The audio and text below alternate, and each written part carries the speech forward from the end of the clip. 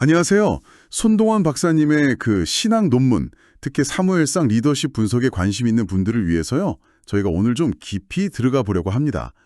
이게 미국 힐링 커뮤니티 교회의 메시지가 바탕이 되었다고 하죠. 많은 분들이 은혜 받으셨다고? 네, 오늘 저희가 다룰 내용은 구약 성경 사무엘상인데요. 이스라엘 역사가 막 격동기잖아요. 사사 시대를 끝내고 왕정 시대로 넘어가는 그 아주 중요한 시점. 그때 사무엘, 사울, 다윗 이 세 인물을 중심으로 이야기가 펼쳐지는데 여기서 리더십의 진짜 모습은 뭘까? 또 하나님 메시지는 뭘까? 이걸 손동원 박사님 시각으로 따라가 보는 게 오늘 저희 목표입니다. 인간들이 막 뭘 원하고 또 하나님의 계획이 있고 이게 어떻게 만나고 가끔 부딪히기도 하면서 역사가 되는지 한번 보시죠. 맞아요. 그 시기를 이해할 때 중요한 포인트가 하나 있는데 신학자 월터 브루그만이 말한 거예요. 사무엘상의 핵심 주제가 인간 주권 대 하나님 주권, 이 둘 사이의 긴장감이라는 거죠. 근데 더 재밌는 건 하나님께서 인간의 선택, 이게 좀 하나님의 원래 계획이랑 달라 보여도 그걸 통해서 결국 당신 뜻을 이루신다는 거예요. 와, 이거 참 역설적이면서도 대단한 통찰이죠. 와, 진짜 그렇네요. 인간이 좀 부족하고 실수해도 결국엔 하나님의 큰 그림은 그려지고 있다는 거잖아요. 사무엘, 사울, 다윗 이야기가 성공, 실패, 순종, 불순종 이게 막 얽혀 있는데 이게 그냥 옛날 얘기가 아니라 지금 우리 삶에도 뭔가 생각할 거리를 던져주는 것 같아요. 결국 중요한 건 하나님의 뜻을 어떻게 알고 따를까 이거겠죠. 그 라키너 구절처럼요. Voluntas tua fit, 당신 뜻대로 되게 해달라고. 자, 그럼 이제 손 박사님 분석을 따라서 본격적으로 들어가 볼까요? 네. 손동원 박사님은 사무엘상의 핵심 신학을 5가지 뭐랄까 중요한 주제, 도그마라고 부를 수 있는 걸로 나눠서 설명하세요. 이걸 하나씩 따라가 보면 사무엘상 전체 그림이 이렇게 연결되는구나 이해하기 쉬우실 겁니다. 좋습니다. 그럼 첫 번째 주제부터 시작해보죠. 기도와 응답의 신학. 이게 사무엘상 딱 시작할 때 나오는 한나 이야기랑 관련이 깊은 거죠? 네, 바로 그겁니다. 사무엘상이 아이를 못 가져서 정말 깊은 슬픔에 빠졌던 한나, 그 한나의 간절한 기도로 딱 시작하거든요. 근데 이 기도가 그냥 아들 하나 주세요 이게 아니라 만약 주시면 이 아이 평생 하나님께 바치겠다 이런 서원을 해요. 이 기도가 사무엘상 전체 이야기의 문을 여는 뭐랄까 열쇠 같은 역할을 하는 거죠. 사무엘상 1장 10절, 11절 보면 그 장면 나오잖아요.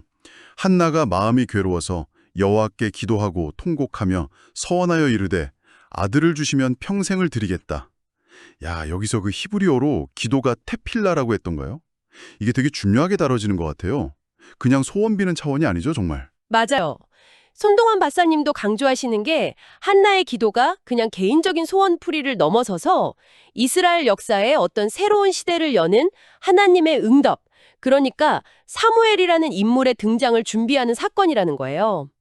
그 데일 랄프 데이비스라는 신학자도 한나 이야기가 사무엘상 전체를 여는 마스터키 같다고 봤어요. 여기서 벌써 운명이 뒤바뀌고 기도의 힘이 어떻고 또 지도자를 세우시는 하나님의 주권, 이런 핵심 주제들이 다 나온다는 거죠.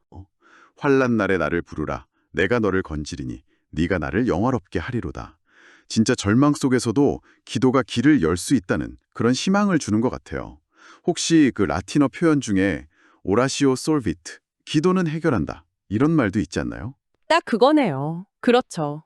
그리고 또 재밌는 게 사무엘 이름 뜻 자체가 하나님께 구함 또는 하나님이 들으심 이런 의미가 있잖아요. 히브리어 샤을에서 온 건데 이것도 의미심장하죠. 기도로 얻은 아들이 결국 이스라엘의 지도자가 되니까요. 이렇게 사무엘상의 첫 번째 핵심은 바로 이 절박한 기도에 응답하시는 하나님의 신실하심, 여기에 있습니다. 자, 그럼 이제 두 번째 주제로 넘어가 볼까요? 하나님의 주권과 인간의 왕. 이제 사무엘 시대로 오면서 백성들이 좀 다른 걸 요구하기 시작하죠. 네, 그게 진짜 이스라엘 역사에서 큰 변화를 가져온 사건이에요. 백성들이 사무엘한테 와서 다른 나라들처럼 우리에게도 왕을 세워달라 이렇게 요구를 해요. 눈에 딱 보이는 강력한 리더, 히브리어로 멜렉이라고 하죠. 왕, 그걸 원했던 거예요. 그전까지는 하나님이 직접 다스리는 신정 정치였는데 이제 인간 왕을 달라고 한 거죠. 근데 이게 사무엘도 그렇고 하나님도 썩 기뻐하시진 않았던 것 같아요. 사무엘상 8장 7절 보면 하나님이 사무엘한테 쟤들이 너를 버린 게 아니야. 나를 버려서 자기들 왕 못하게 하는 거야. 이렇게 말씀하시잖아요. 그러니까 백성들 마음속에는 하나님을 왕으로 인정하기 싫은 마음이 있었다. 이런 지적인데 근데 결국 하나님이 들어주시잖아요. 아, 바로 그 지점. 그게 송동원 박사님이 강조하는 부분이에요. 하나님이 백성들 요구를 들어주시는데 여기서 진짜 놀라운 반전이 있는 거예요. 뭐냐면 하나님은 그들이 세운 인간왕 제도, 그걸 통해서도 오히려 당신의 주권을 더 확실하게 보여주시고 당신 계획을 이루어 가신다는 거죠. 그 고든 피나 더글라스 스튜어트 같은 신학자들도 말하듯이 왕을 요구한 건 분명 하나님 통치에 대한 거부였는데 하나님은 그 인간적인 선택조차도 당신의 큰 그림 안에서 사용하셔서 결국엔 다윗 언약으로 가는 길을 여셨다는 거예요. 와, 진짜 흥미로운 관점이네요. 인간의 요구를 받아들이면서도 그 안에서 하나님의 뜻을 이루신다니. 그럼 결국 하나님이 원하셨던 진짜 리더십은 어떤 모습이었을까요? 백성들은 막 힘센 멜렉을 원했지만 하나님이 찾으시는 왕은 좀 달랐을 것 같은데요? 맞아요. 하나님이 세우시는 이상적인 왕은 세상 왕들처럼 막 군림하고 그런 게 아니라 오히려 하나님의 뜻을 섬기는 종, 히브리어로 에베드 같은 존재여야 했죠. 백성들은 시편 119편 105절 말씀처럼 주의 말씀이 내 발의 등불이요 내 길의 빛 이걸 잊어버리고 당장 눈앞을 밝혀줄 인간 등불, 즉 인간 왕을 찾았던 거죠. 그들은 인간 왕이 모든 걸 해결해 줄 빛, 렉스에스트 룩스 이렇게 기대했지만 이스라엘의 진짜 왕, 영원한 빛은 오직 나의 주님, 아도나이, 하나님 한 분뿐이라는 걸 잊었던 거예요. 그렇게 백성들 요구로 세워진 첫 왕이 바로 사울이었죠. 이게 그럼 손동원 박사님의 세 번째 주제, 실패한 왕 사울 이야기로 자연스럽게 이어지나요? 처음엔 되게 겸손했던 것 같은데 뭐가 그를 실패하게 만들었을까요? 차후 이아지는 참 너무 안타까운 비극이죠. 처음 뽑혔을 때는 스스로 작다고 여길 만큼 겸손했는데 왕이 되고 권력을 맛보면서 점점 변해가요. 제일 큰 문제는 하나님의 명령, 그러니까 히브리어로 미슈파트라고 할 수 있는 하나님의 법과 지시를 안 따랐다는 거예요.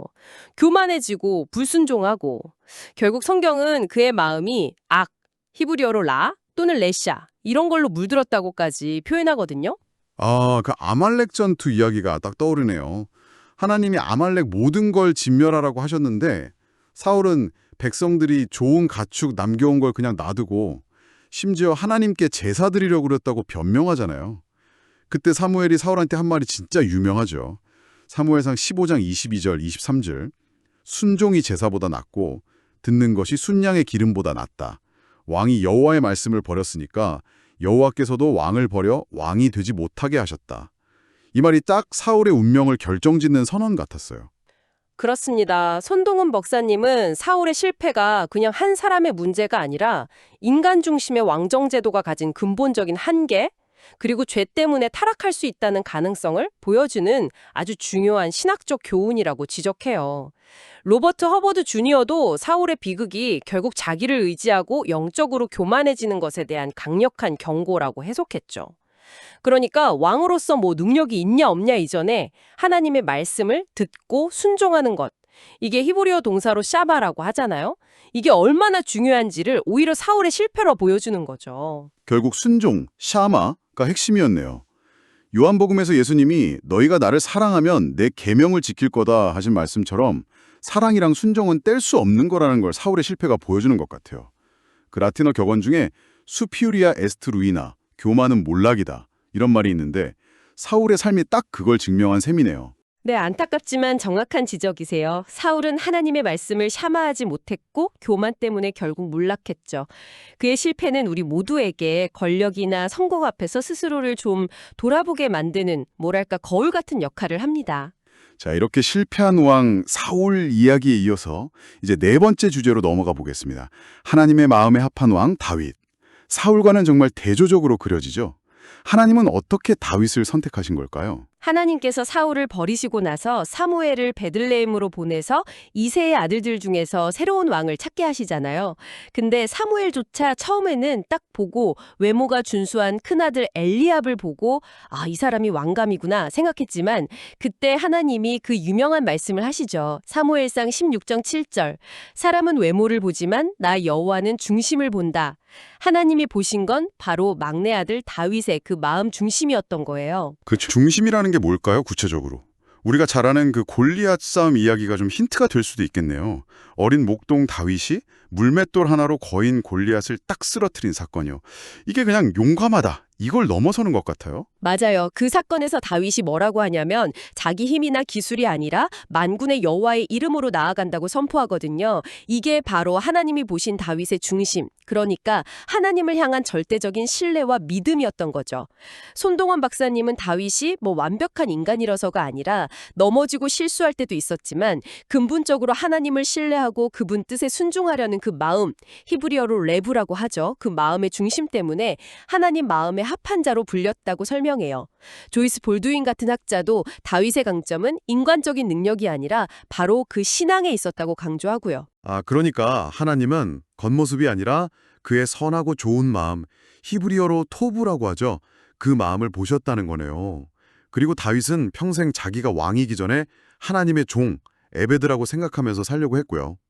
사도행전 13장 22절에 하나님이 다윗을 보고 내 마음에 맞는 사람이라 내 뜻을 다 이루게 할 거다 하신 말씀이 딱 이런 맥락에서 이해가 되네요. 정확합니다. 다윗의 삶은 마치 코르메움 에스테 인디오, 내 마음은 하나님께 있다. 이 고백을 평생 실천하려고 했던 여정 같아요. 물론 그도 죄짓고 넘어졌죠. 하지만 그때마다 진심으로 회개하고 하나님께 돌아왔다는 점, 이게 사울하고 결정적으로 다른 점이었어요. 이제 드디어 마지막 5번째 주제입니다. 하나님의 주권과 인간의 운명. 앞에서 쭉 얘기했던 사울과 다윗 이야기가 여기서 딱 하나로 모이는 느낌인데요. 이 두 사람의 너무나 다른 삶과 운명을 통해서 우리가 뭘 배울 수 있을까요? 네, 사무엘상은 사울의 몰락과 다윗의 흥기, 이 두 이야기를 나란히 보여주면서 인간의 선택이랑 하나님의 주권이 어떻게 막 얽혀서 역사를 만드는지를 아주 극명하게 보여줘요. 사울은 계속 자기 뜻대로 하려고 하고 하나님을 떠나서 결국 비참하게 죽잖아요. 마지막엔 막 절망에서 엔돌에 신접한 여인까지 찾아가고요. 근데 다윗은 사울한테 쫓겨다니면서 진짜 수많은 고난과 위협 속에서도 하나님 의지하고 기다리면서 결국 왕이 되죠. 특히 다윗이 사울을 죽일 수 있는 기회가 2번이나 있었는데도 하나님의 기름 부음 받은 자를 해치지 않았던 거예요. 그건 정말 인상적이에요. 사무엘상 24장의 동물 이야기가 딱 그렇죠. 부하들은 이거 하나님이 주신 기회다, 죽이자 하는데 다윗은 그냥 겉옷자락만 살짝 베잖아요. 인간적인 복수심이라 정치적인 계산보다 하나님의 주권을 더 중요하게 생각했던 그 믿음, 이게 딱 보이는 것 같아요. 바로 그겁니다. 손동원 박사님은 이 두 사람의 엇갈린 운명이 결국 인간의 모든 계획이나 노력을 넘어서는 하나님의 절대적인 주권 아래 있다는 걸 강조해요. 신학자 존 골든게이도 사울과 다윗 이야기가 하나님의 뜻에 순종하면 복받고 거역하면 망한다. 이 분명한 신학적 교훈을 가르친다고 말했죠.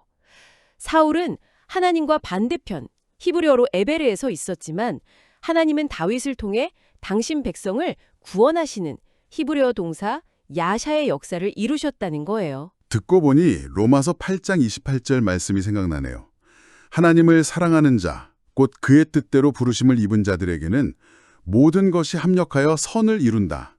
어쩌면 사울은 자기 힘이랑 운, 풀추나에 의지하려다 실패했고 다윗은 어려운 상황에서도 하나님의 신실하심과 능력, 윌투템에 의지했기 때문에 결국 하나님의 구원, 히브리어로 예슈아죠. 그걸 경험할 수 있었다 이렇게 볼 수도 있겠네요. 세상은 가끔 운이 실력보다 낫다. fortuna visit virtutem고 말하지만 성경은 오히려 하나님의 신실하심에 의지하는 게 진짜 승리의 길이라고 보여주는 것 같아요. 네, 정확히 그렇습니다. 다윗의 삶은 고난 속에서도 하나님의 예슈아, 그 구원을 끝까지 믿는 믿음이 어떤 결과를 가져오는지를 보여주는 아주 생생한 증거죠. 오늘 선동원 박사님의 논문을 통해서 사무엘상에 담긴 5가지 핵심 주제를 쭉 따라와 봤습니다.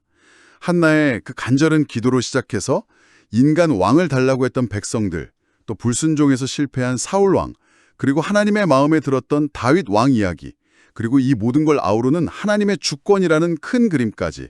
와, 정말 생각할 거리가 많은 시간이었습니다. 네, 근데 손동원 박사님 분석은 여기서 끝나지 않고 더 깊이 들어가요.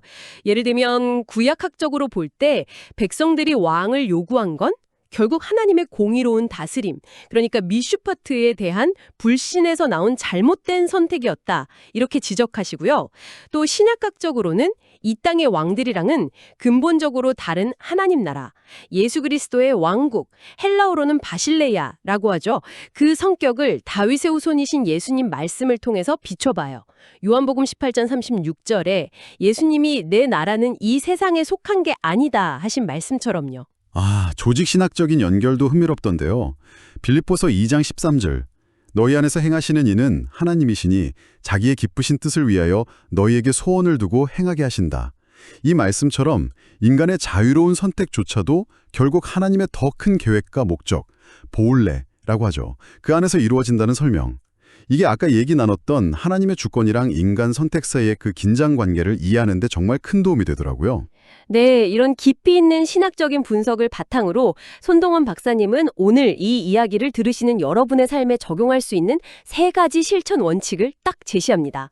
첫째는 삶의 모든 영역에서 하나님의 주권을 인정하고 그 말씀에 순종하려고 애쓰라는 것. 둘째는 겉모습이 아니라 마음 중심을 보시는 하나님 앞에서 늘 자기 마음을 깨끗하게 관리하라는 것. 그리고 셋째는 한나처럼 아무리 어려운 상황이라도 기도의 능력을 믿고 포기하지 말고 하나님의 역사를 기대하라는 겁니다. 이 3가지가 사무엘상의 핵심 메시지를 우리 일상으로 가져오는 뭐랄까 구체적인 다리가 되어줄 수 있겠죠? 유진 피터슨 목사님이 사무엘상을 인간이 실패해도 신실하게 일하시는 하나님 이야기라고 요약했다던데 오늘 나눈 이야기들이 딱 그걸 보여주는 것 같아요. 월터 브루그만도 하나님만이 진짜 왕이시고 모든 인간 리더는 그분 아래에 있다는 걸 강조했고요. 그렇습니다. 손동원 박사님은 결국 사울과 다윗 이 두 왕의 이야기가 우리를 어디로 데려가는지를 분명하게 보여줘요. 그건 바로 요한계시록 19장 16절에 나오는 만왕의 왕, 만주의 주, 라틴어로는 렉스 레굼, 바로 예수 그리스도께로 간다는 거죠. 인간 왕들이 흥하고 망하는 걸 보면서 우리는 궁극적으로 하나님만이 당신 백성을 온전히 다스리시고 올바로 판단하시는 분, 히브리어로 쇼페트라고 하죠. 그분이심을 깨닫게 된다는 겁니다. 오늘 손동원 박사님의 논문을 통해서 사무엘상의 세계를 정말 깊이 탐구해 봤습니다. 이 풍성한 이야기 속에서 이제 이걸 듣고 계신 여러분 스스로에게 질문을 던져보실 차례인 것 같습니다. 네, 이 질문을 마지막으로 한번 남겨드리고 싶어요. 사울과 다윗의 그 성공과 실패 이야기 속에서 혹시 여러분 자신의 리더십 경험이나 인생의 중요한 선택의 순간들과 어떤 공통점이나 차이점을 발견하시나요? 그리고 좀 더 나아가서 여러분의 삶에서 하나님의 주권과 여러분 자신의 자유의지는 지금 어떻게 서로 작용하고 있다고 느끼시는지요? 이 질문들이 여러분의 삶을 더 깊이 돌아보는 계기가 되기를 바랍니다.